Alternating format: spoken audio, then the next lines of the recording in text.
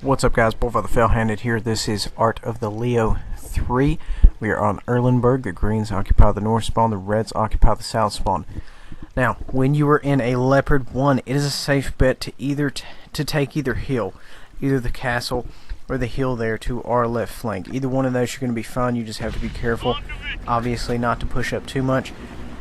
In this case, we decided to go left flank here in order to properly abuse the Leopard 1's gun depression. You want to use the view range in this tank to your benefit, 410 meters.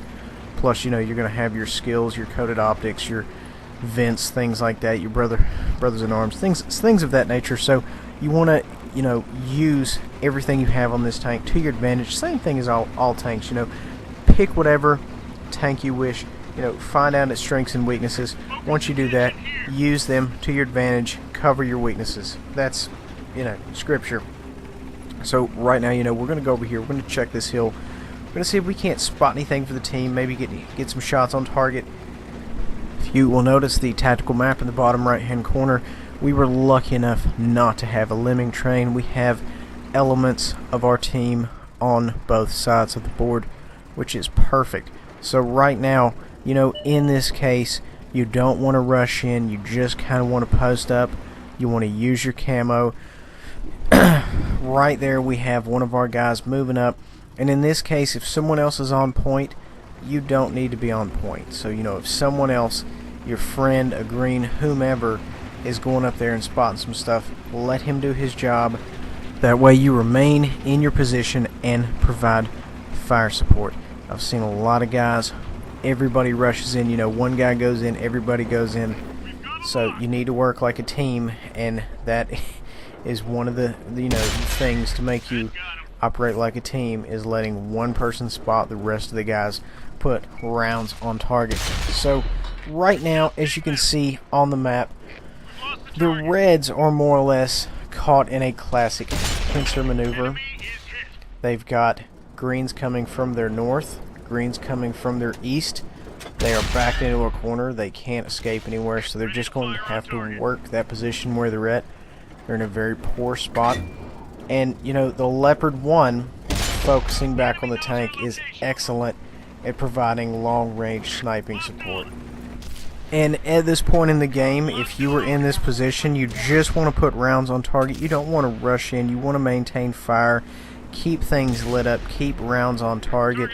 Don't risk too much early on in the game like this. It's, the Reds are having a very tough fight here. It's going to be a tough fight, but you don't want to rush in, take too much HP right off the gate. You want to save that. You want to, consolidate your position more or less. We're in good. We're here at the front. We're putting rounds on target. I mean, you're doing damage. So, don't rush in. I see a lot of guys in these mediums, they get in a position like this. They say, oh, I'm going to go roll those guys. Okay, there's a couple of them out there. You have no fucking clue what's behind them.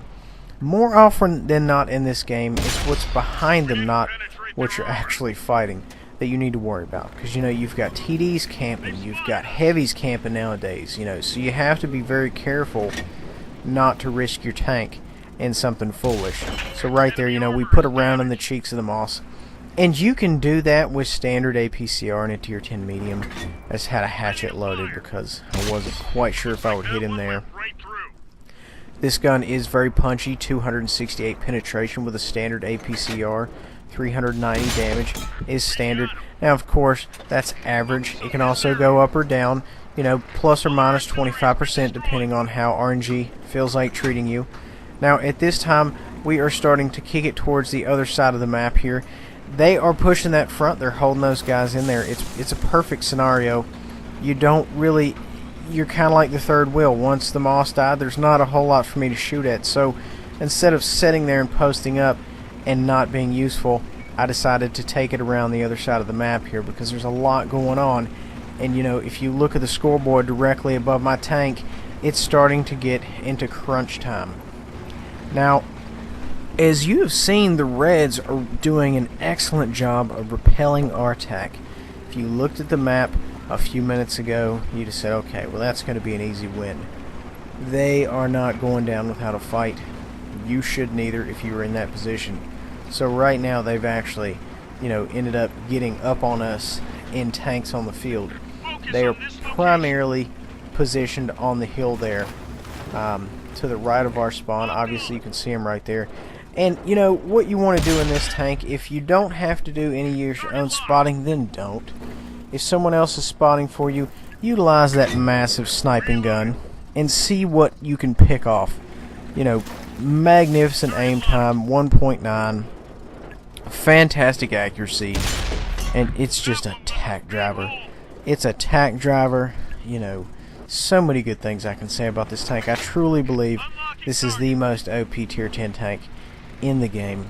It's just a tack driver of a gun. You've got to get this tank.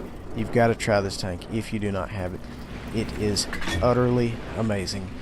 And this is the strength of this tank. Staying out of view range and providing accurate fire. Because that's the weakness of a lot of tanks. That, you may be out of their view range, but, you're running a .40 accuracy and you can't hit a fucking thing. This tank solves that at a .30. I mean, laser-like accuracy. Will it disperse? Will you miss? Yes, of course. You will always miss. You'll always disperse. Nothing is guaranteed in this game. But you will tend to do better with this gun because it is set up as a sniper. Very, very powerful tank, and excellent in a circle jerk type crime scene environment as well, due to its high mobility. This tank lacks the speed bleed which typical Russian tanks have. In other words, you can maneuver at high speed and not lose a great deal of velocity. So you can keep the tank rolling, do your little dance, and continue on, and not be any worse for the lack of mobility, lack of velocity. So right now, this is straight long dicking. They don't know where it's coming from. We're cleaning up, we're mopping up right now. It's the Bulls Brigade platoon here versus the Reds, and a lot of them are in platoons. So, it's times like this, the coordination is crucial. If you have greens, you don't know if they're going to do what they need to do at the right time. So this is one of those situations, I think, being in a platoon kind of gave us an edge because we knew exactly what everyone was going to do. We knew where to push, so on and so forth. And that's one of the strengths, is definitely running these things here in packs, or at least with support. Now, granted, of course, I am without support right now. I'm on my lonesome here. But, it's kind of opened up enough to where, the game is anybody's chance. We're wide open over here, and it's just every man for himself type of situation. So we're going to sneak up here and somehow bounce around off the hundo there. I guess it dispersed. Somehow we're going to try to put another one in him, and we go ahead and take him down. So, right now, obviously, you can see the odds have tipped in our favor. We've managed to pull this game out from the brink, and it is possible for you to do this as well in the Leo 1. This tank is amazing. It is a wonderful, wonderful tank. A lot of people say the Object 140 is the most OP tier 10. I tend to disagree. I think it's a Leo 1. It's worth at least a look. And right now we're just looking for this last guy. We're using our 410 meter view range to our max. We're just driving around, cruising around, seeing if we can spot him. We haven't, taken much damage / any. And, you know how this story ends. As soon as we spot him, he's in trouble. I think if, we would have been in heavies, maybe he would have been okay. We wouldn't have been able to catch him nor spot him, But, unlucky for him, fast mediums here, so you know how the story ends.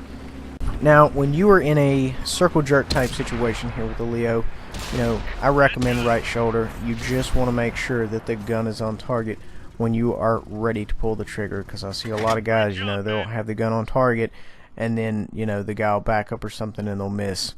So, it goes back to having a very cool head, and that's kind of what you want to do in this case. Guys, thank you for watching The Art of the Leo 3. Please remember to like, share, subscribe.